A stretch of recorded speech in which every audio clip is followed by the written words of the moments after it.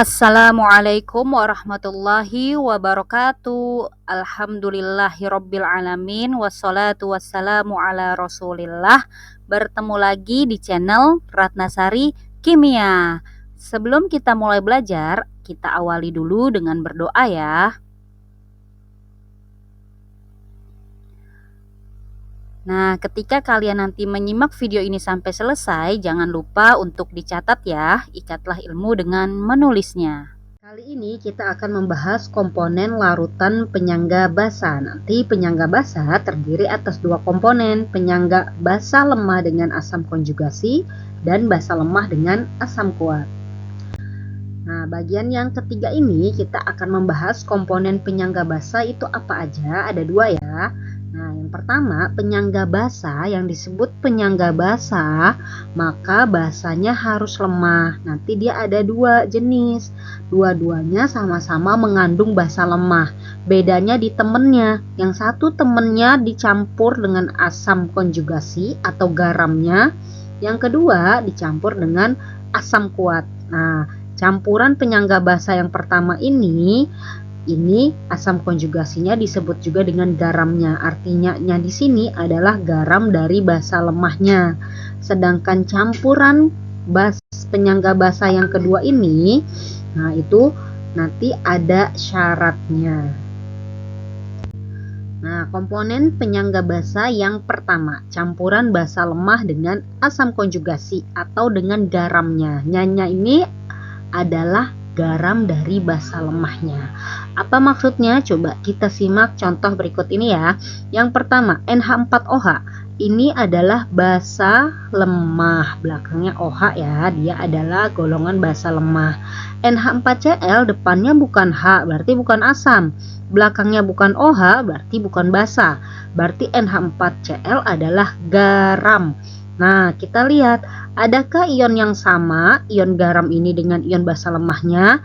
Yaitu ada ion yang sama, yaitu ion amonium atau ion NH4Cl. Karena ada ion yang sama, maka dia adalah garam dari basa lemah. Ion yang samanya yaitu kationnya ya, NH4Cl.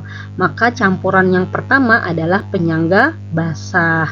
Campuran yang kedua, AlOH 3 kali, belakangnya OH berarti dia basa ya. Nah, basanya lemah atau kuat harus hafal dulu apa aja basa kuat. Disimak dulu ya di video tentang asam basa. Nah, AlOH 2 kali ini termasuk basa lemah. AlBr3 depannya bukan H berarti bukan asam, belakangnya bukan OH berarti bukan basa. Berarti AlBr3 adalah garam. Apakah garam dari basa lemah? Kita lihat, adakah ion yang sama? Yaitu ada ion Al, sama-sama kationnya Al. Maka AlBr3 adalah garam dari basa lemah atau garamnya. Berarti campuran yang kedua adalah penyangga basa. Garamnya ini disebut juga dengan asam konjugasi dari basa lemahnya ya. Campuran yang ketiga, BeOH 2 kali. Ayo diingat lagi, ini basa kuat, basa lemah nih. BeOH 2 kali dia adalah basa. Nah, basanya lemah atau kuat? Basa lemah. Kalau basa kuat itu Ba ya. Nah, dicampur dengan BeBr2. Apakah dia garam? Nah, kita lihat depannya bukan H berarti bukan asam, belakangnya bukan OH berarti bukan basa ya, berarti dia fix nih garam. Nah, apakah garamnya ini adalah garam dari basa lemahnya? Kita lihat, adakah ion yang sama? Yaitu sama-sama mengandung Be, berarti ada kation yang sama, berarti ini garamnya atau garam dari basa lemahnya atau asam konjugasi. Berarti campuran yang ketiga adalah penyangga basa. Selanjutnya, komponen penyangga basa yang kedua yaitu yang terdiri dari campuran basa lemah dengan asam kuat. Nah, ini ada syaratnya karena nggak semua basa lemah jika dicampur dengan asam kuat akan membentuk penyangga. Tidak semuanya ya.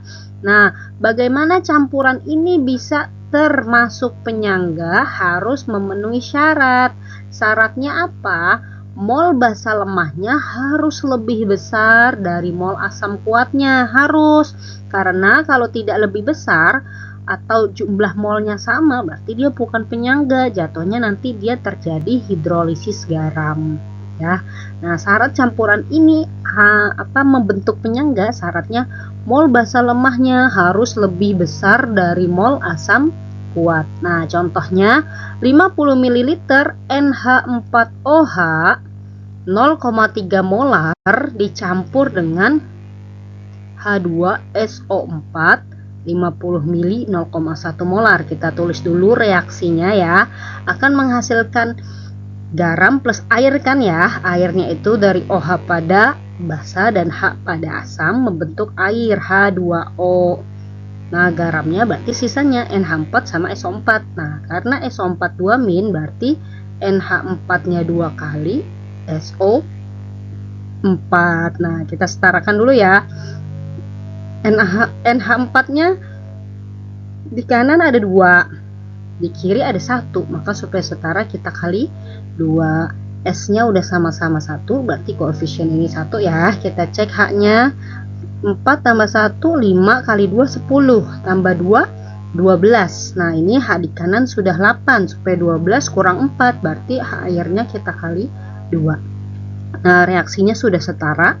Kita lihat dulu nih, mol NH4OH 50 ml 0,3 molar. Berarti molnya kan kita kali ya. 50 kali 0,3. Berarti di sini adalah 15 tapi milimol. Sedangkan H2SO4 50 mili 0,1 molar. Kita kali ya. Nah, molnya berarti 50 dikali 0,1 berarti 5 milimol. Nah, kalau dilihat seperti ini doang, ini kan kelihatannya H2SO4 yang lebih kecil molnya ya. Berarti kita lihat dulu, karena ini koefisiennya beda, kita bagi dulu dengan koefisien masing-masing ya. 15 dibagi 2, 15 bagi 2 nih molnya bagi sama koefisien 7,5. 5 dibagi 1 itu 5. Kecilan yang mana? Kecilan asam, maka nanti asam akan habis lebih dulu, maka mol asam lebih kecil dibanding mol basa lemah ya. Tapi untuk bandingin lebih kecilnya dibagi dulu dengan koefisien masing-masing, karena nggak selalu koefisiennya sama. Contohnya di sini koefisiennya kan beda ya. Jadi nanti ketika udah dibagi koefisien masing-masing, maka kita bandingin nih, ternyata mol si asam kuat lebih kecil dibanding mol basa lemah. Nah, berarti memenuhi syarat ini ya. Berarti mol basa lemahnya lebih besar dibanding mol asam kuat. Berarti ketika campuran amonium hidroksida dicampur dengan asam sulfat akan membentuk larutan penyangga basa. Kenapa? Karena mol basa lemahnya lebih besar. Seperti itu. Selanjutnya, kerjakan uji pemahaman berikut ini ya.